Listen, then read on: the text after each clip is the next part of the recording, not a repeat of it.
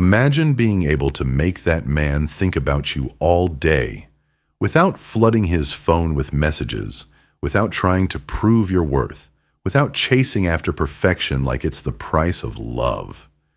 Just three simple words, whispered with the right energy, can shift something inside him, can make the difference between being another fleeting thought and becoming a quiet storm that lingers in his mind. And no, this isn't some cheap trick or overused line from a romantic comedy. There's no magic spell, no manipulation. What you're about to uncover is something far more powerful. The psychology of attraction at its rawest and most human form. Carl Jung, the great psychologist who spent his life decoding the language of the unconscious, once said that the connections that truly move us are never rational. They bypass logic entirely and go straight to the emotional and symbolic core of who we are. What pulls us toward another person isn't what we consciously see, but what our deeper mind recognizes, a reflection of something hidden within ourselves. Jung called it the mirror of the soul, that silent resonance that awakens when someone's presence stirs what words can't define. So the question isn't how to impress him, but how to reach that silent place inside him where attraction is born before thought ever arrives. Because every man has two levels of attention, one that listens to your words, and another, far deeper one, that listens to your energy.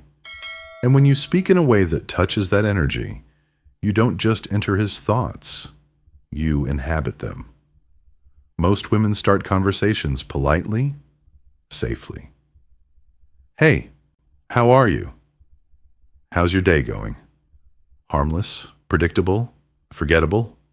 He'll answer because it's polite, not because he feels anything. And when there's no feeling, there's no memory. The mind doesn't record words, it records emotion. Jung said that emotion is the anchor of memory. So when your words carry no emotional weight, they vanish like smoke. It's not that you've done anything wrong, it's just that you've been speaking the wrong language. You've been talking to his surface, not his depth. But when you understand the art of emotional language, when you speak to his unconscious instead of his ego, everything changes. You begin to activate the ancient circuitry of attraction, the one that makes him feel something before he even understands why. Picture this. You walk into a coffee shop, and there he is, the man who catches your eye without even trying.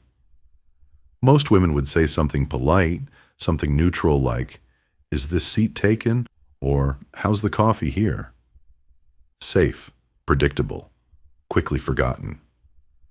But imagine instead you meet his eyes, smile subtly, and say, "You and I have to settle something. Is this coffee actually good or just pretending to be?" Feel that? It's not just a line, it's a spark. It shifts the air. It carries playfulness, confidence, and mystery, all in one breath. You've suddenly pulled him out of his autopilot world. For a brief moment, he's not in a cafe anymore. He's in a story, and you're part of it. That's the difference between contact and connection. Contact is what everyone can make. Connection is what only the few understand how to create. And the secret is emotional resonance, that invisible vibration between two souls when something unspoken is exchanged. You see, attraction isn't about the perfection of your words. It's about the energy that vibrates through them. It's how they make him feel about himself when he's around you. You could say the most ordinary thing, but if it carries that quiet confidence, that tone that says, "I'm comfortable in my own mystery," he'll feel it, even if he doesn't know why. The truth is, many women try to be liked by performing, smiling too much, complimenting excessively, or pretending to be effortlessly cool. But what Jung revealed, and what most people forget, is that the male unconscious isn't drawn to perfection. It's drawn to symbolism, to the deeper emotional meaning behind a gesture, a word, a glance. When you say something as simple as "you and me," you're not just uttering a phrase. You're painting a symbol in his mind. You're creating a small world where both of you already exist together, even if it's just for a moment. Those words bypass logic entirely. They whisper directly to his unconscious. There is something between us. And that is where attraction truly lives. Not in effort, but in implication. Think of the difference between saying, "Do you want to go out with me?" and saying, "You and me should grab coffee this Saturday." The first is a request, a test. The second is an invitation wrapped in confidence. One waits for permission. The other paints a picture. And when you paint that picture with warmth and ease, his imagination starts to follow the path you've drawn. Because the human mind is visual, emotional, symbolic. It doesn't fall for logic. It falls for the stories we awaken inside it. So from this moment on, stop chasing approval. Stop trying to impress him with perfection. Instead, invite him into a feeling. Because when a man starts to feel something deep and specific around you, curiosity, excitement, even confusion, you're no longer just another person in his world. You become a symbol, a mystery, a question he suddenly wants to answer. And the beauty of it? You don't need to act. You just need to be intentional. Intentional with your energy, your gaze, your timing. When you speak, don't just use words. Use pauses. Use tone. Let your presence breathe. Let silence do what words can't. Because in that stillness, he begins to feel you, not just hear you. That's what Jung meant when he said, "Until you make the unconscious conscious, it will direct your life, and you will call it fate." When you learn to speak to a man's unconscious, you stop leaving attraction to fate. You start guiding it with calm confidence and quiet power. And when you finally understand this truth, that attraction isn't created by effort, but awakened by presence, you'll realize something profound. The most unforgettable women aren't the loudest or the most flawless. They're the ones who know how to make silence speak. Because when your energy carries meaning, 3 words are enough to live in his mind, long after the conversation ends. Before I reveal those 3 words that can quietly slip into a man's unconscious and make him remember you long after you're gone, pause for a moment. Think of how many times you've started a conversation that went nowhere. Not because you weren't interesting, not because you weren't beautiful, but because your words didn't land. They floated, light as air, never touching anything solid inside him. That emptiness isn't failure. It's simply a signal, a reminder that you are using language that speaks to the mind, not to the soul. But now, everything changes. Because what I'm about to share with you isn't a trick. It's a key. And when used with awareness, it unlocks something subtle but powerful. The part of him that feels, not thinks. Those 3 words are simple. You and me. Sounds almost too ordinary, doesn't it? Yet that's where the power hides, in simplicity, in the way the unconscious mind interprets symbols. When you say you and me, you're not just talking. You're suggesting connection. You're planting the seed of a shared experience, a small imagined world that already includes the 2 of you. It's not about the literal meaning. It's about the story those words tell beneath the surface. Carl Jung spent his life studying symbols, those ancient patterns of meaning that shape how we perceive the world. To him, words like you and me are archetypal. They carry universal emotional weight. They hint at belonging, partnership, destiny. So when spoken naturally, they bypass his conscious defenses and go straight to that deeper realm, the one that feels rather than analyzes. Think of it like this. When you ask, "Do you want to go out with me?" You hand over control. You wait for validation. But when you say, "You and me should grab coffee this weekend," you create a shared frame, a small vision of something that already exists. It's no longer a question. It's a statement. Confident but light, almost playful. That's what creates the spark. Let's take it further. Instead of saying, "I love talking to you," imagine saying, "You and me could have dangerously good conversations." Feel the difference? The first one is polite. The second one invites curiosity. It paints a picture. It lingers. He won't just remember your words. He'll remember how he felt when you said them. Because those three words, you and me, communicate more than interest. They communicate three rare qualities every man is unconsciously drawn to in a woman: confidence, clarity, and initiative. Confidence, because you're not asking for permission. You're declaring a vision. Clarity, because you know what you want and you say it simply. Initiative, because you're not waiting for him to decide. You move gently with purpose. But here's the secret. These words only carry power when your energy aligns with them. If you say "you and me" with hesitation, with your eyes down or your tone uncertain, it loses its magic. It becomes an empty phrase. But if you say it with quiet certainty, with soft steadiness in your gaze and warmth in your voice, it transforms the space between you. Suddenly, he feels it, that subtle pull that makes him want to lean in. This isn't about boldness. It's about emotional congruence, the harmony between your words, your tone, and your presence.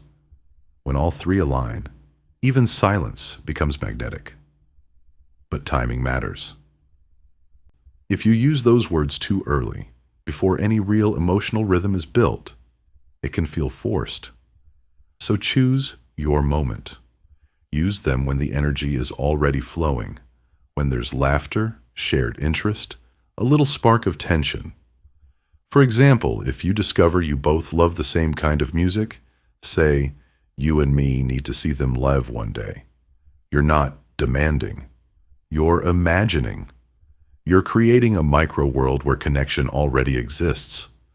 That's how attraction really begins. Not with intensity, but with imagination. Tone is everything.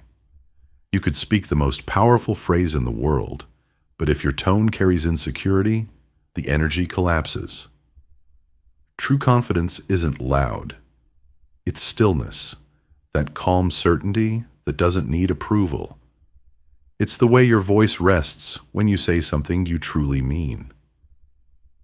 And then there's context. Don't use this phrase in chaos, tension, or distraction. Wait for a natural flow. Because just like music, connection depends on rhythm. When your timing is right, even a whisper can echo louder than a shout. Jung once spoke of synchronicity. Those moments when things align so perfectly, they feel almost destined. That's the kind of energy you want when you say, "you and me." It should feel like it belongs to the moment, like it arrived naturally, not rehearsed. Because there's a fine line between attraction and performance, and he can feel that difference. The woman who believes in what she says radiates a quiet, magnetic truth. The one who forces it only reveals her fear. Use it well. Say "you and me" at the right time, with the right tone, and then let it breathe. Don't look for a reaction. Don't wait for approval. Just drop it gently and move on, as if you hadn't said anything extraordinary. Because that's what hooks him. The contrast between your calm and the chaos he suddenly feels inside. Too much enthusiasm kills the spark. Pressure makes the soul retreat. But mystery, that soft space you leave for him to wonder, that's where attraction grows. Imagine you're both laughing, sharing a light moment. Then, effortlessly, you say, "You and me would make a dangerous team." You're not asking anything. You're planting an image, a question, a spark. Now imagine saying it with too much seriousness, too soon. "You and me should be together." That doesn't create desire. It creates alarm. Because it skips the rhythm. It rushes what should unfold slowly. Attraction is like breath. It needs space. It needs silence. And those three words, when used wisely, are like a soft inhale, just enough to awaken curiosity without giving everything away. Because that's the art most people forget. You don't chase connection. You invite it. And when you learn how to invite a man into a shared moment with elegance and ease, you stop being the one who tries to be remembered. You become the one he can't seem to forget, even when he tries. There's something you must understand about desire. It doesn't bloom under pressure. It breathes in space. When you try too hard, when you force moments, the energy collapses. But when you speak with ease, when you let silence do some of the work, the mind begins to wander. That's when curiosity takes root. That's when you become unforgettable. Not because of what you said, but because of how you made him feel without even trying. So here's the paradox. The more you try to control attraction, the more it slips away. But the more you trust your own energy, the more natural magnetism flows through you. Because real attraction isn't a performance, it's a presence. It's not born from wanting him to see you. It's born from seeing yourself clearly first. When you say, "You and me," with grounded certainty, you communicate something few people do. I am comfortable in my own mystery. That alone can shift the entire dynamic.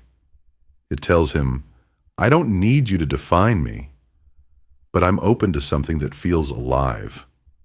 And that energy, that mix of self-assurance and curiosity, is intoxicating. But there's a danger, a small one, but powerful enough to ruin everything. Overuse. The more you repeat something, the less meaning it carries. If you toss "you and me" into every conversation, it stops sounding natural and starts sounding like a line. The unconscious can sense inauthenticity faster than the conscious mind ever could. So use it sparingly, as you would a spark. Say it once or twice, at just the right moment, then step back. Let the silence carry the echo. Because the true power of this phrase isn't in the instant reaction, it's in the afterglow. You might not see him react right away. He might just smile or nod. But later, when he's driving home, or scrolling through his phone, or lying in bed, something in his mind replays that moment. That casual, effortless line, that warmth in your tone, the quiet confidence behind your eyes. It lingers. It grows. That's how seeds take root. Quietly, invisibly, but with purpose. And here's where most people fail. After saying something that holds emotional weight, they break the spell by watching for validation. They wait for a smile, a response, a sign of approval. But mystery dies the moment you ask for confirmation. The art is in nonchalance. Say it, smile softly, and move on. Continue the conversation as if nothing significant happened, because that's what keeps it alive in his mind. When he feels your ease, he begins to wonder why. Why does she feel so certain? Why does she seem so at peace? That wonder is what keeps him thinking about you. Because the most magnetic energy a woman can carry isn't excitement or seduction. It's peace, a kind of quiet self-possession that whispers, I know who I am, and I don't chase what's meant for me. That is what makes him lean closer.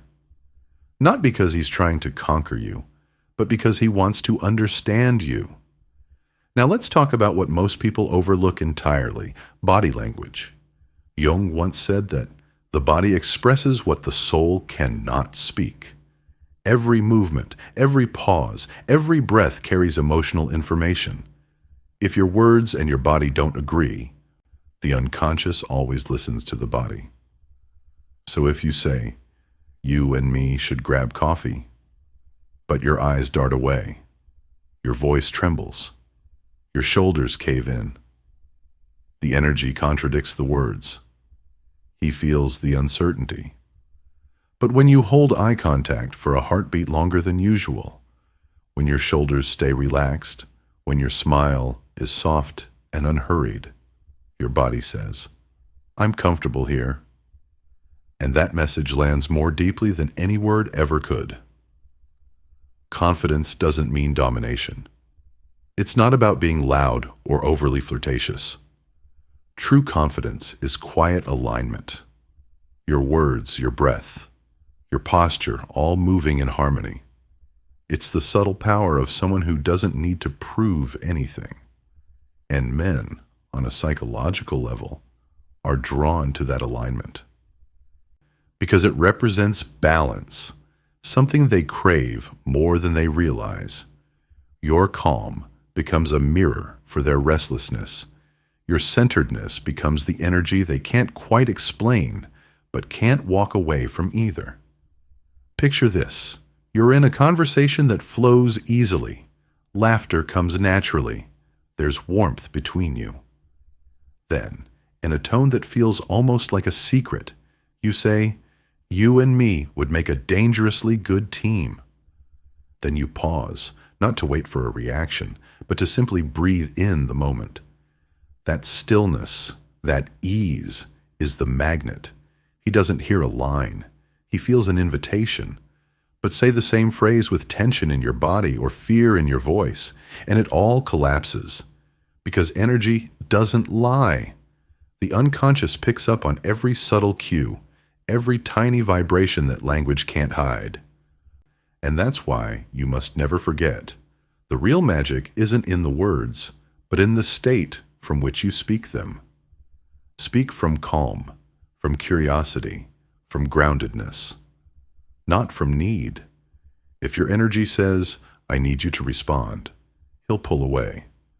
But if your energy says, I'm fine whether you do or not, he'll feel drawn in.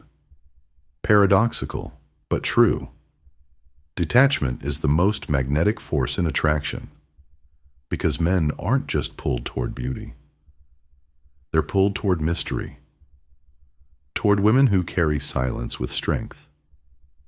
And you and me becomes powerful only when it's wrapped in that kind of energy, effortless, natural, self-contained. So the next time you find yourself in a moment that feels alive, when there's connection, laughter, shared energy, drop it softly. Say it as if it's a thought that just occurred to you. Then let it go. Don't analyze, don't anticipate. Just trust that the moment planted what it needed to. And as you walk away, know this. The most profound influence isn't loud. It doesn't demand attention. It whispers. It lingers. It transforms the space long after you've left it. When you master that, when your presence itself becomes a message, you'll never need to chase attention again, because attention will begin to find you. What happens next is the part most people never see, the quiet aftermath. You walk away from the conversation, and while the world keeps moving, something lingers in his mind. It's not your words alone, it's the energy behind them. It's the memory of how you looked at him, not with need, not with expectation, but with calm certainty. That look carries weight because it tells a story his mind can't fully translate, yet can't stop replaying. That's how attraction becomes something deeper, not a fleeting spark, but a subtle thread woven into his unconscious. This is the part Jung would call projection meeting recognition, when one soul recognizes in another something it was unconsciously seeking. It's not magic, it's resonance. The moment you align with your own energy, you stop chasing connection and start inviting it naturally. That's what makes you and me so powerful. It's not just a phrase, it's an energetic mirror. It reflects your inner world, and if that world is grounded, whole, confident, it pulls others toward you like gravity. But when you speak from emptiness, from anxiety, from the need to be seen, those same words lose their force. They become noise, not melody. The man may hear you, but he won't feel you. And feeling is what binds memory. So if you truly want to be unforgettable, don't focus on what he thinks. Focus on what you transmit. Because energy speaks in ways words never can. Every tone, every pause, every gesture becomes a language of its own. When you speak with warmth and presence, you awaken something ancient, the instinct to connect, to belong, to feel alive in another's company. That's what every human being, man or woman, secretly longs for. This is where most people misunderstand attraction. They believe it's about control, when in truth it's about synchrony. It's when two emotional frequencies align for even a brief moment. But you can't fake that alignment. It's something you become. And the phrase, you and me, is just a doorway, an opening through which that synchrony can flow. Think about it beyond romance. Imagine you're in a tense meeting. People are anxious. Everyone's guarding their opinions. You look at a colleague and say calmly, you and me can figure this out. Suddenly, the energy shifts. You've created partnership, trust, unity, with 3 words. The same phrase that can spark attraction can also build connection, because at its core, it speaks to the universal desire to belong. Or, picture an old friend you haven't seen in years. You meet, exchange polite words, and then you say with a soft smile, you and me have some catching up to do. Instantly, the distance between you collapses.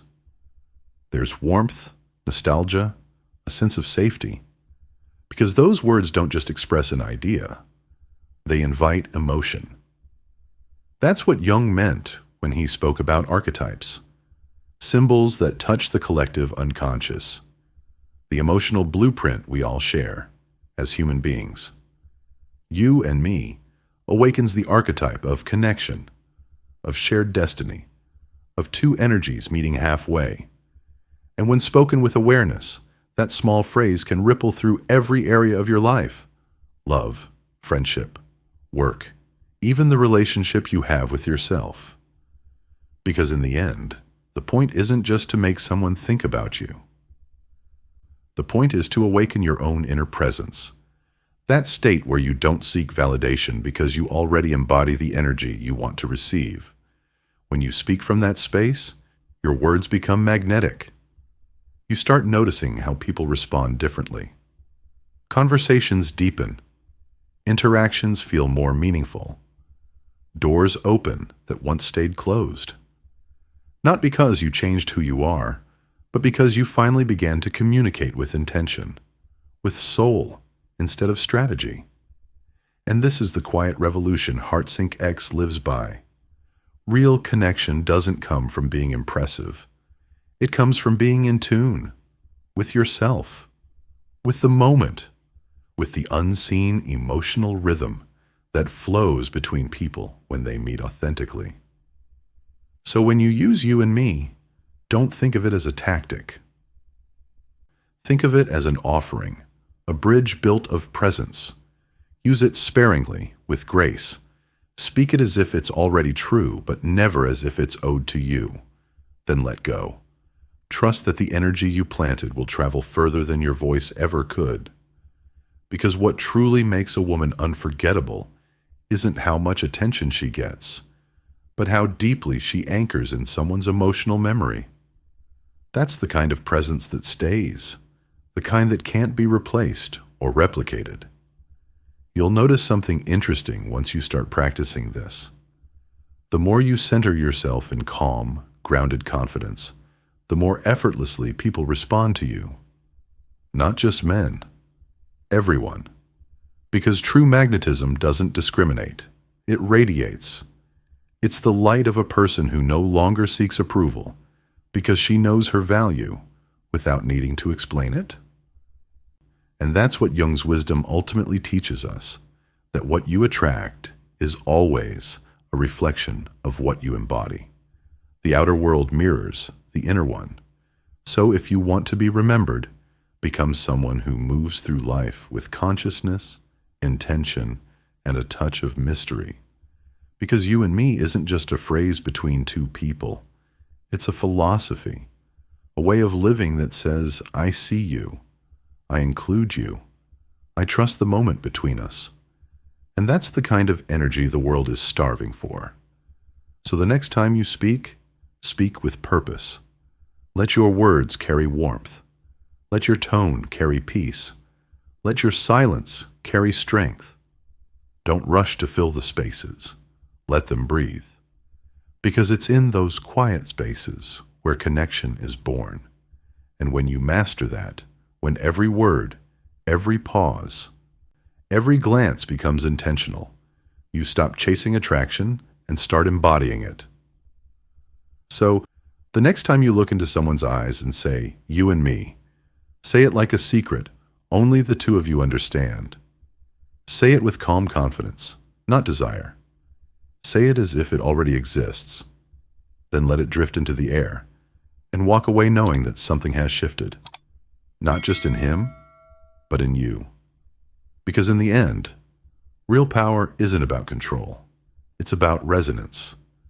The kind that lingers long after the moment fades, echoing softly in the spaces between two hearts that once met and, for a brief, sacred instant, recognized each other.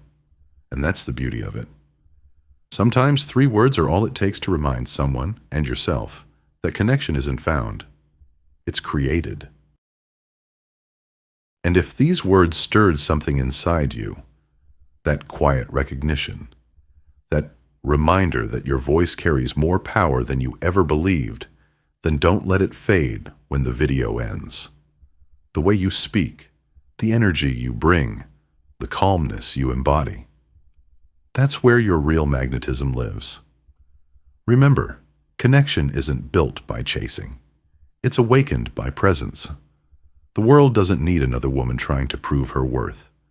It needs one who already knows it, who speaks softly but leaves echoes.